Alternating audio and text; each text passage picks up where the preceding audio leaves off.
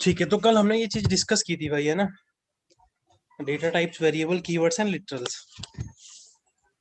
ठीक है, फिर हमने एक चीज और देखी थी, क्या कि डेटा हमारा कैसे स्टोर होता है मेमोरी के अंदर। तो आज हम डिस्कस करने वाले हैं फ्लोट के बारे में। ठीक है, float and double. Okay, so float और डबल हमें कब जरूरत पड़ती है इनकी? जब हमारे पास डेटा कुछ इस तरह से है, 10.5 इस तरह से आपके पास डेटा है, मतलब होल नंबर नहीं है आपके पास। ये नंबर किस तरह से है आपका? फ्लोटिंग पॉइंट नंबर है, डेसिमल भी है इसमें अंदर, है दशमलव के साथ अगर नंबर है कोई, तो हमें उसको स्टोर अगर करना है तो हमें किस में करना पड़ेगा? फ्लोट या डबल में। अब इन दोनों में डिफरेंस क्या होता है वो हम देखने वाले हैं अभी थोड़ी देर में। अच्छा, अगर हम कोई भी चीज ऐसे लिखते हैं, सपोज मैंने लिखा 12.5 या कुछ भी 16.5, तो ये अगर हम डायरेक्ट वैल्यू की बात कर रहे हैं तो ये क्या है? कांस्टेंट है एक, या इसको लिटरल बोल सकते हो आप। तो अगर आप इस तरह से कुछ लिखते हो तो वो बाय डिफॉल्ट डबल होता है। क्या होता है? डबल। अगर आपने फ्लोट लिखना है तो फिर आप उसको रिप्रेजेंट ऐसे करोगे कुछ। चलिए अब एक छोटा सा क्वेश्चन लेते हैं यहाँ पर। इफ एल्स मैंने करवाया नहीं है, बट फिर भी क्वेश्चन लेते हैं, क्योंकि सिंपल ही है ये, कोई बहुत बड़ा चीज नहीं करने जा रहे हम लोग यहाँ पर। ठीक है, float I is equals to 10.3। एक वैल्यू मैंने ली है 10.3। ठीक, अब मैं क्या कर रहा हूँ, मैं यहाँ पे चेक कर रहा हूँ इफ आई इज इक्वल 10.3। ठीक है, पहली बात तो ये लाइन ऐसे हम कर नहीं पाएंगे, तो मुझे यहाँ अगर फ्लोट रखना है तो क्या लिखना पड़ेगा? एफ लगाना पड़ेगा इसमें, नहीं तो बाय डिफॉल्ट ही डबल बन जाएगी वैल्यू। अब मैं चेक कर रहा हूँ कि क्या ये आपकी जो वैल्यू आप यहाँ पे दे रहे हो वो इक्वल है 10.3 के? आई में भी 10.3 रखा है वैसे। तो आप प्रिंट करो system dot out dot println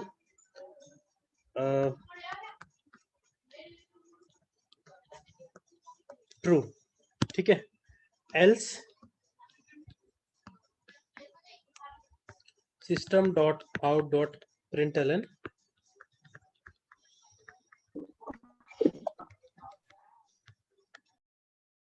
simple. अगर मैं बताऊँ एक डिसीजन मुझे लेना है तो मुझे इफ एल्स का यूज करना पड़ेगा कि अगर ये कंडीशन ट्रू है तो ये एग्जीक्यूट हो जाए, अगर ये कंडीशन फॉल्स है तो ये एग्जीक्यूट हो जाए।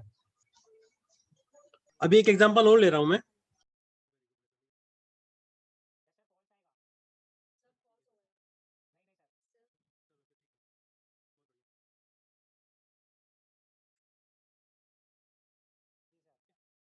और यहां पर मैं कर दे रहा हूं system dot out dot println true. ठीक है, एल्स में मैं क्या कर दे रहा हूं? System dot out dot println. इस केस में क्या होगा भाई? फर्स्ट वाले केस में ये आपका फॉल्स आएगा, ये केस नहीं चलेगा, ये वाला केस चलेगा। अभी डिस्कस करते हैं क्यों क्यों ऐसा हो रहा है। इस वाले केस में आपका ट्रू आएगा। ठीक है, इसको भी डिस्कस करते हैं क्यों क्यों ऐसा हो रहा है। देखो, जब हम बात करते हैं किसकी? फ्लोट की, तो ये आपका जो सिक्स प्लेस तक की वैल्यू रखता है, सिक्स प्लेस की बात में कर रहा हूँ, after decimal point. After decimal point कहां तक की रखेगा? है सिक्स तक की। और इसकी अगर हम बात करते हैं फ्लोट की, तो ये डॉट के 18 बाद तक रखता है, 18 प्लेस तक। अब अगर मैं आपको बोलता हूं कि इस नंबर को 10.3 को आप क्या करो? कन्वर्ट करो किसमें? बाइनरी में, है ना? बाइनरी में स्टोर होगा ना ये नंबर। तो आप कैसे करोगे इसको? आप ये लिखोगे 1010। ये तो किसके लिए हो गया? 10 के लिए। ये मैंने क्या किया भाई, मैंने अपना यहाँ 10 ले लिया, इसमें से भी इस वाले पार्ट को सोल्व कर रहा हूँ। तो अगर बाइनरी में निकालना है तो 2 से हम क्या करेंगे? इसको डिवाइड करेंगे और इधर लिखते जाएंगे अपना रिमाइंडर। तो इसको हम क्या कर सकते हैं? 10 डिवाइड बाई 2। तो ये कितना आ जाएगा हमारे पास? 5। रिमाइंडर कितना बचेगा? 0। नेक्स्ट स्टेप फिर करेंगे, तो इस बार हमारे पास कितना आ जाएगा? 2, और यहाँ पे रिमाइंडर कितना बचेगा? 1। फिर एक बार और करेंगे, तो अभी मेरे पास कितना आया? 1, और रिमाइंडर बचा 0। अब आपने ये नंबर यहाँ से इस तरह से कलेक्ट करना है, मतलब टॉप बॉटम टू टॉप। तो ये नंबर आएगा आपके पास 1010। शॉर्टकट भी बता देता हूँ। अब क्या करो, आप ऐसे नंबर लिख लो 1 2 4 8 16 32 64। चलो इतना ही लेते हैं, अभी यहाँ तक का लेते हैं, ठीक है। तो जब आपने एक सपोज आपने 10 के लिए करना है, ये 10 डेसिमल में है, आप इसको किस में कन्वर्ट करना चाहते हो, बाइनरी में, तो आप क्या करो, आप यहाँ से इसको स्टार्ट करना स्टार्ट करो। जैसे मैं 16 लूंगा तो क्या होगा, नंबर ज्यादा हो जाएगा, तो ये तो नहीं मैं ले सकता, तो ये सारे क्या हो जाएंगे, 0, ठीक है। तो 0 है तो इनको काउंट ही नहीं करेंगे। 8 ले सकते हैं, ठीक है, 8 को मैंने 1 कर दिया। 4 को ले रहे हैं तो 12 हो जाएगा, मतलब आगे चले जाएंगे नंबर से, तो इसको फिर 0 कर दिया हमने कि ये ना हमें नहीं लेना है। फिर हमने 2 को लिया, 2 को ले सकते हैं, हमारा नंबर बन गया, तो 1 हमारा क्या हो जाएगा, 0। तो इस तरह से भी आप कर सकते हो। तो ये बाइनरी बन गई हमारी किसकी, 10 की। पॉइंट लगा दिया मैंने, अभी पॉइंट के बाद वाला पार्ट हमें कैलकुलेट करना है, ठीक है। और ये बेस 2 में वैल्यू आ गई। अब इसके लिए तो हम क्या कर रहे थे, रिमाइंडर में मतलब डिवाइड कर रहे थे 2 से। जब हमें जाना है पॉइंट में, तो हम कुछ इस तरह से, हमारे पास वैल्यू है 0.3, तो इसमें हम क्या करेंगे, इनटू करेंगे, ठीक है। और ये कितना बनेगा, 0.6, राइट। जब इनटू करेंगे तो इधर से मैंने यहाँ से 0 लेना है, ठीक है। और जब तक जाना है, जब तक इधर 1 और इधर 0 ना बन जाए, मतलब ये पूरा 1 ना बन जाए, तब तक कैलकुलेट करते जाना है, ठीक है। तो मैं फिर से दोबारा इसको कैलकुलेट कर रहा हूँ 2 से। ये कितना बन गया, 1.2, ठीक है जी। तो इधर से मैं 1 ले लूंगा, और जब मैंने 1 यहाँ पे ले लिया तो मेरे पास ये कितना बच गया, इधर से फिर से मेरे पास 0.2 बच गया, समझ आ रहा है। मैं फिर मल्टीप्लाई करूंगा 2 से, तो कितना बन जाएगा ये अभी, 0.4। इधर से मैंने 0 ले लिया, ठीक है। फिर 2 से करूंगा, तब तक करते जाना है, जब तक इधर एक 1 और मतलब ये पूरा 1 ना बन जाए, तब तक करना है मेरे को, 1.0 ना बन जाए ये वैल्यू, ठीक है।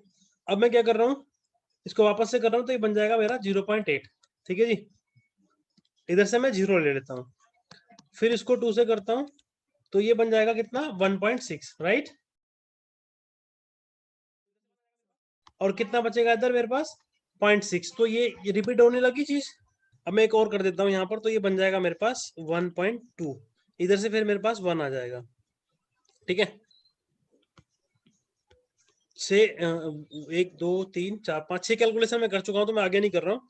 तो मेरे पास जो वैल्यू आई है वो ये आई है, 0 यहाँ से कलेक्ट करना स्टार्ट करेंगे, ये फिर ये फिर ये फिर ये फिर और फिर ये लास्ट में, तो ये बन जाएगा 0 1 1 0 1 1, ठीक है जी। अगर फ्लोट में लिख रहे हो आप, तो इतना बनेगा। बात समझ आ रही है।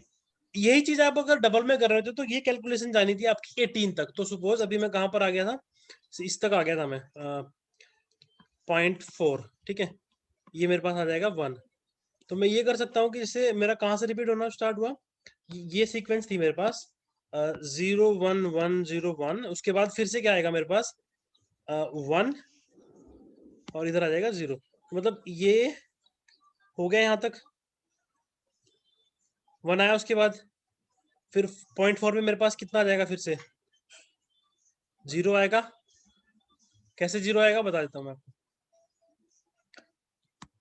0.8। तो मतलब ये कैलकुलेशन अभी मैं आगे कैलकुलेट नहीं कर रहा, इसको कुछ इस तरह से आएगी। तो इसको ऐसे लिख सकते हैं डबल में हम, 1010, ये तो होगा 10 के लिए जो था हमारे पास, और पॉइंट बेस 2, तो डबल में ऐसे स्टोर होगी ये वैल्यू। अब क्या होगा कि जब मैं कंपेयर करने जा रहा हूं, तो दोनों वैल्यू में कुछ डिफरेंसेस है। अगर बाइनरी में कंपेयर करूं, तो फ्लोट में देखने में कंपैरिजन पता नहीं चल रहा, बट डबल में जब मैं इसको बाइनरी में कन्वर्ट करके स्टोर कर रहा हूँ मेमोरी के अंदर, तब हमें पता चल रहा है कि हाँ, इसमें फर्क है चीज में, है ना। तो वो दोनों इक्वल हो ही नहीं सकते कभी भी। मेमोरी के अंदर आपका जो 10.5 10.3 फ्लोट में था, वो इस तरीके से स्टोर हुआ, और इसमें किस तरीके से स्टोर हुआ, इस तरीके से। तो डिफरेंस आ गया, मामूली सा डिफरेंस आया, कुछ पॉइंट्स 0.0000 समथिंग का आपके पास डिफरेंस आ गया, है ना। अब दूसरे केस की बात करते हैं, तो इसलिए फॉल्स हुआ है पहले केस में, है ना, कि वैल्यू हमारे पास यहाँ पे ये क्या है, ये डबल है, तो मतलब ये किसी और तरीके से स्टोर हो रही है, ये किसी और तरीके से स्टोर हो रही है। समझ आ रही है बात। अब आते हैं इस वाले केस के ऊपर। इसमें अगर हम कैलकुलेशन करें, तो 10 के लिए तो सीधा मैं लिख देता हूँ 1010, ठीक है।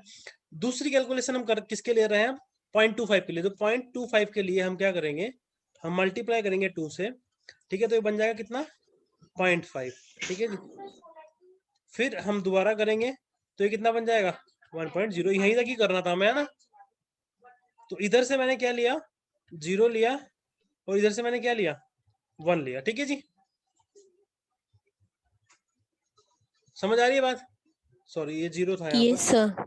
तो 0.01 ये इस तरीके से फ्लोट में स्टोर होगा बेस 2, और डबल में भी ऐसे ही होगा, क्योंकि मेरा सोल्व हो गया यहाँ तक 2 कैलकुलेशन तक। डिफरेंस तब आ रहा है जब हमारी वैल्यू, जो हमारे पास ये वैल्यू है, ये जब हम इसको बाइनरी में कन्वर्ट कर रहे हैं और ये 6 प्लेस तक सॉल्व नहीं हो रही है, तब डिफरेंस आ जाएगा फ्लोट और डबल के केस में। तो ये फ्लोट और डबल का डिफरेंस समझ आ गया। तो ऐसा ट्रिकी क्वेश्चन आपको, जैसे कई कंपनी क्या करती है स्क्रीनिंग के लिए ना, वो टेस्ट ले लेती है जावा का, या एप्टीट्यूड, कुछ एप्टीट्यूड के क्वेश्चन हो गए, कुछ जावा के हो गए उसमें, या सिंपली जावा का अगर आप देने जा रहे हो तो कई कंपनी सिंपली आपका जावा का एक रिटर्न ले लेंगी, कुछ 20-25 क्वेश्चन का या 60 क्वेश्चन का ऑब्जेक्टिव। ठीक है, कुछ क्वेश्चंस कुछ कंपनी क्या करती है, रिटर्न रिटर्न दे देती है आपको 3 क्वेश्चन करने के लिए 1 घंटे में। तो वहां पे इस तरह का क्वेश्चन आपको मिल सकता है अगर आपका ऑब्जेक्टिव कुछ पूछ रहे तो, कि ये प्रोग्राम में आउटपुट क्या होगा। तो ये ध्यान से आपने करना है, ये देख लेना वैल्यू कितने प्लेस तक सोल्व हो रही है। ये तो नहीं हो पाएगी 0.3 वाली, ये हो जाएगी। नेक्स्ट थिंग हम देखने वाले हैं क्या, ऑपरेटर्स। ठीक है, अच्छा एक चीज और बता देता हूँ आपको, जावा के अंदर जो कैरेक्टर डेटा टाइप है, ये 2 बाइट का है। 2 बाइट मतलब 15 बिट किसके लिए है, इंफॉर्मेशन स्टोर करने के लिए, और 1 बिट किसके लिए, साइन के लिए। ठीक है, सी में अगर बात करें तो वहां पे था साइज 1 बाइट। तो जो टोटल वहां पे कैरेक्टर्स थे लैंग्वेज में जो सपोर्ट था वो कितना था, 255। क्यों, क्योंकि इतनी रेंज थी वहां पर, ये इन दोनों को सम करोगे तो यही आएगा। बट इसमें ये रेंज बड़ी हो गई है, मतलब इसमें क्या है, मल्टी लैंग्वेजेस का सपोर्ट है जावा के अंदर। मल्टी लैंग्वेज मतलब बहुत सारी लैंग्वेजेस में हम जैसे कुछ हम बना रहे हैं तो मल्टीपल लैंग्वेजेस हम यूज कर सकते हैं, क्योंकि मल्टी कीबोर्ड में जितने भी सिंबल्स देखते हो ना, आप सारे कवर्ड हैं, ये कह सकते हो आप। और मल्टी लैंग्वेज का सपोर्ट है। यूनिकोड सिस्टम है इसके पास। कैसा सिस्टम है, यूनिकोड। अब यूनिकोड क्या है, यूनिकोड एक स्टैंडर्ड है। फॉर एग्जांपल आपके पास ए है तो इसकी कुछ यूनिकोड वैल्यू रहेगी 65। ठीक है, बी की 66, स्मॉल ए की रहेगी आपकी 97। ठीक है, तो ये ए टू जेड। अगर आपके पास ए टू जेड की भी नहीं है, अगर आपके पास ए की भी याद है ना, तो आप अगली निकाल सकते हो, +1 करते जाना है। ठीक है, इसी तरह से स्मॉल ए की याद है तो आप आगे की कर सकते हो कैलकुलेट। फिर ऐसे ही हमारे पास हमें कौन कौन सी पता होना चाहिए, 0 to 9 की भी हमें पता होनी चाहिए कि ये कैरेक्टर है तो इनकी यूनिकोड वैल्यू क्या है, रेस्पेक्टिव वैल्यू क्या है इनकी। ठीक है, ये पता होना चाहिए आपको। एंटर की वैल्यू क्या है, न्यू लाइन की क्या है, तो ये कुछ कॉमन चीजें जो आपको पता होनी चाहिए।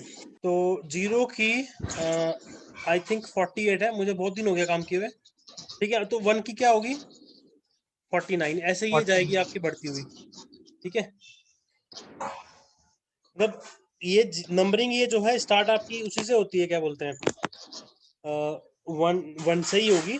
बट 1 किसको असाइन है वो देखना पड़ेगा। एक पूरा टेबल भी मिल जाएगा आपको ऑनलाइन, आप देख सकते हो यूनिकोड का कि कौन से कैरेक्टर की क्या वैल्यू है। बट ये कई बार हमें ये इसकी जरूरत पड़ जाती है कई प्रोग्राम्स में ना, यूनिकोड की, कि हमें कुछ ऐसा कुछ सॉल्यूशन दे दिया, कर कोई क्वेश्चन दे दिया करने को, तो वहां पे ये अगर आपके पास चीजें हैं अवेलेबल तो आप इनको लॉजिक यूज कर सकते हो, ये वाला। ठीक है, तो यही बताना था कैरेक्टर के बारे में। और एक और चीज बतानी थी क्या, कि आप ऐसे लिख रहे हो int I is equals to, ये वैलिड है, ये लिख सकते हो आप। ये इसकी यूनिकोड वैल्यू रख लेगा, मतलब 65 रख लेगा। तो ये अलाउड है। स्ट्रिंग में नहीं कर पाते आप ऐसा, या दूसरे किसी डेटा टाइप में नहीं कर पाओगे। समझ आ रही है बात। अच्छा अभी क्या करते हैं अपन, एक छोटा सा प्रोग्राम देखते हैं। ठीक है, एक तो यही चला के देखते हैं कि हाँ ये ठीक है कि नहीं, इफ एल्स वाला। और फिर ये दूसरा हम करते हैं। ठीक है, क्लास बना रहा हूँ मैं। ठीक है, क्लास का नाम रख देते हैं हम, मुझे ना ये नाम बड़ा पसंद है, टेस्ट और डेमो। तो मोस्टली मैं यही नेम यूज करूंगा जब तक कि हम कोई एप्लीकेशन नहीं बनाने जा रहे। एप्लीकेशन में फिर हमें नेमिंग कन्वेंशन का ध्यान रखना पड़ता है, वो कैसे रखनी है वो बताऊंगा मैं आपको, तो उसकी टेंशन आपने नहीं लेनी है। ठीक है, मेन मेथड हमने बना दिया। अब मुझे क्या करना था, मुझे करना था कुछ इस तरह से, इंट आई है मेरे पास और मैंने इसमें क्या रख दिया, ए रख दिया। ठीक है, कैपिटल ए। तो देखो भाई इसमें कोई कंप्लेन नहीं है, हम रख पा रहे हैं, है ना। इवन मैं अगर चाहता हूँ तो उसको प्रिंट भी करवा सकता हूँ और आप देख लेना क्या इसकी वैल्यू रहेगी। 65, ठीक है। और दूसरा आप कहते हो कि मैं ऐसे रखूंगा कुछ, तो ये अब स्ट्रिंग बन गया। ऐसे नहीं आप रख सकते, एक कैरेक्टर रख सकते हो आप। समझ आ रही है बात? अब जैसे मैं आपसे यस पूछ सर। रहा था कि भाई जीरो Yes, की sir. वैल्यू देखनी है हमें, तो अभी पता लग जाएगा कितनी होती है जीरो की रिस्पेक्टिव जो वैल्यू है। आप ऐसे कर सकते हो। 48 सही बोल रहा था मैं, मतलब मेरे को भी याद है ना। 1 की 49 होगी। ऐसे आप बढ़ाते चले जाओ 9 तक। फिर जैसे ये कैरेक्टर बड़ा यूज होता है स्लैश एन। अब आप सोच रहे होंगे कि दो कैरेक्टर है ना, ये एक ही कैरेक्टर काउंट होता है भाई। न्यू लाइन, इसकी वैल्यू आई थिंक 10 है या 13 है, बहुत दिन हो गए यूज किए हुए। 10, ठीक है। तो 13 आई बिलीव इसकी है, कैरेज रिटर्न बोलते हैं इसको। अभी आएगा आगे ना, एस्केप सीक्वेंसेस आएगी, ठीक है। इसकी 13 है। तो ऐसे ही और भी चीजें, जैसे स्लैश टी है, इसकी मेरे को नहीं पता। टैब के लिए यूज होता है ये, स्मॉल में लिखते हैं, सॉरी।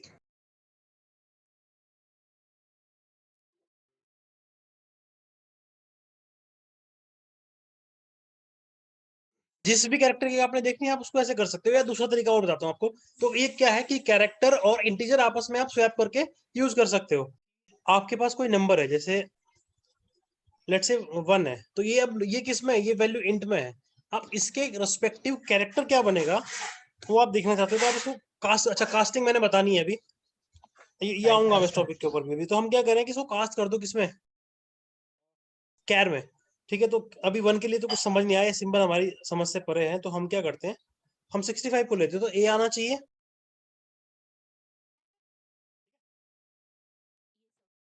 तो ये चीज का भी आपने ध्यान रखना है कि अगर आप ऐसे यूज कर रहे हो कैरेक्टर में, आप इंटीजर वैल्यू रख दे रहे हो, इंटीजर में आप कैरेक्टर वैल्यू रख दे रहे हो, तो आप रख सकते हो। बट जब आप प्रिंट करने जा रहे हो तो उसका ध्यान रखना है कि आपने चीजें क्या रखी थी। अब जैसे आपने रखा तो 65 है, बट आप क्या कह रहे हो कि मुझे कैर में दिखाओ इस वैल्यू को।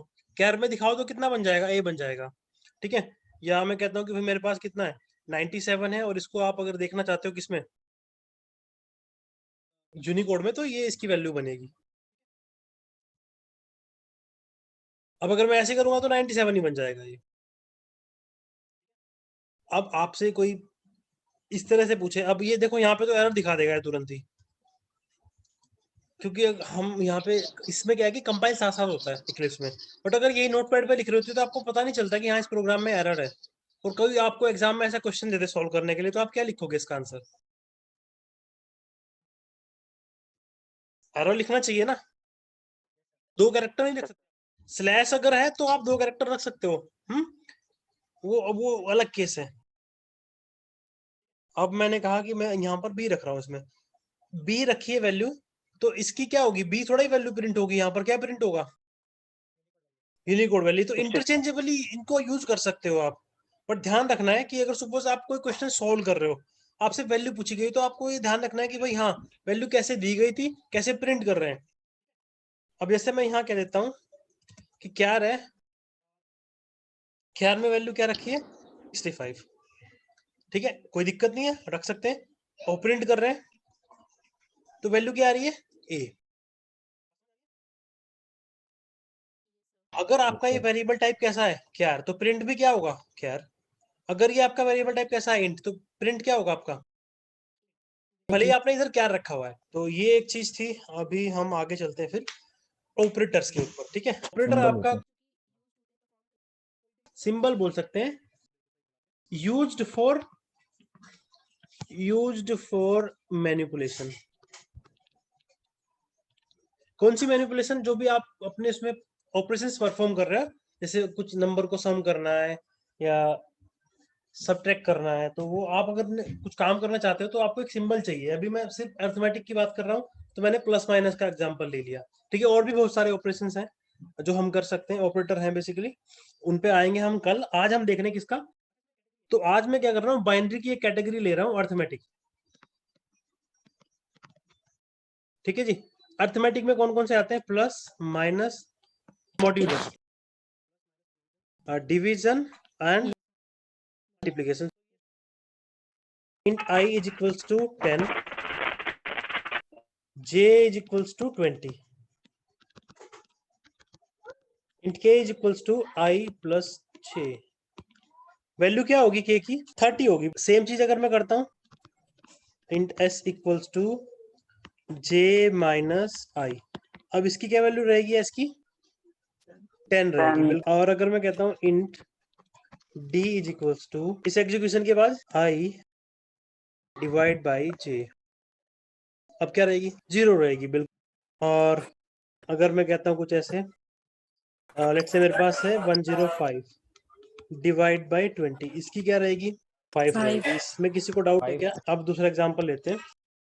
Int i is equals to 105, right, double j equals to 20, k which is again a double k is equals to i divide by j। ठीक है, मैं इस तरह से लिख रहा हूँ उसको, i डिवाइड बाई j। इस केस में क्या होगा? 5.25। ठीक है, कैसे? 100 तो हमारा सीधा सीधा हो गया, तो 5 आ गया ना, फिर हमारे पास बचा कितना? 5। अब भाई हमें क्या करेंगे? एक यहाँ पे 0 ऐड करेंगे, राइट, और फिर हम इसको 20 से डिवाइड करेंगे तो कितना आ जाएगा? 40। तो मतलब 2 आ गया हमारे पास पॉइंट के। Correct correct correct. ठीक है, तो पॉइंट 2 आ गया। इधर मेरे पास 10 बचा, और फिर मैंने क्या किया?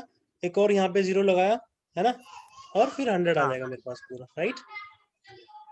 तो इसमें मतलब समझाने वाली बात जो थी वो ये थी कि अगर आप ये कैलकुलेशन कर रहे हैं इस तरह से, अगर आप एक, अच्छा इसका एक फॉर्मूला भी है जो मैं बताता हूँ आपको।